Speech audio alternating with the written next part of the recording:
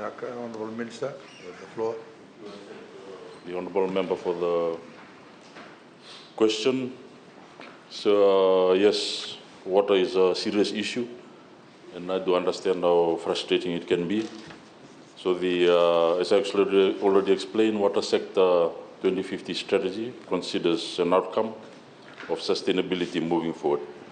But of course, we face the ravages of climate change, and the coalition government is committed to addressing water issues, not only in terms of infrastructure, but of course, given the various challenges faced by climate change, the recent dry weather, and some of the affected areas included the Tamabo system, which impacted on the Princess Road, Tawata, etc., and the Umba system, Nabo system, Corvo, Bunindao. In the Western Division, 15 water sources that have been impacted, and 6 critical levels. 15 water sources included Narara Dam, Nakasia, Galau, Nasivi, Mbalevuto, Waiwai, Varadiva,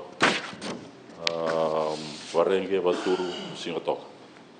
And some critical ones in terms of the dry weather include Narara, Nakasia, Mbalevuto, Bombao, and Warenge. In the Northern Division, of course, these have also been impacted in terms of the areas Tanganikula, Bonika, Nambawalu, Bulilek, and Reketi, and Senganga. So some of the mitigation measures taken. Immediate actions, the water rationing and scheduling had been introduced.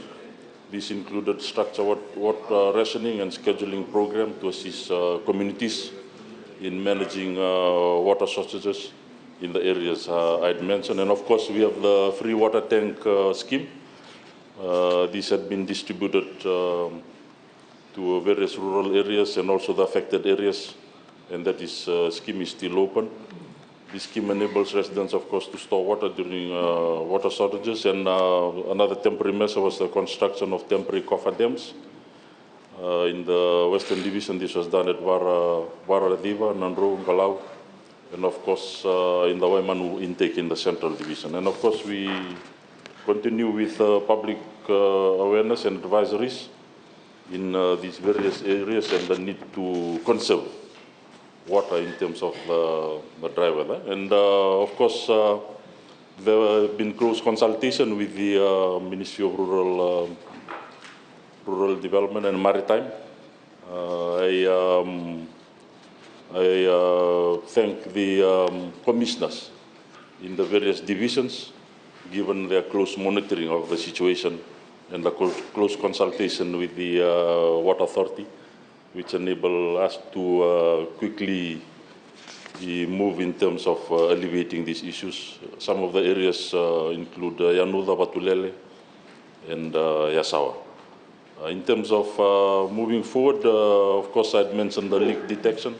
That is an ongoing work and long-term actions, some of the which I will not repeat in terms of the investment of the water infrastructure I'd mentioned yesterday, and this is ongoing in terms of addressing the nation's water issues. And of course, moving forward with the upcoming cyclone season, we will continue to closely monitor and work closely with the Ministry of Rural Development and Disaster Management to ensure that our citizens are adequately catered for, whatever the situation may arise. Now,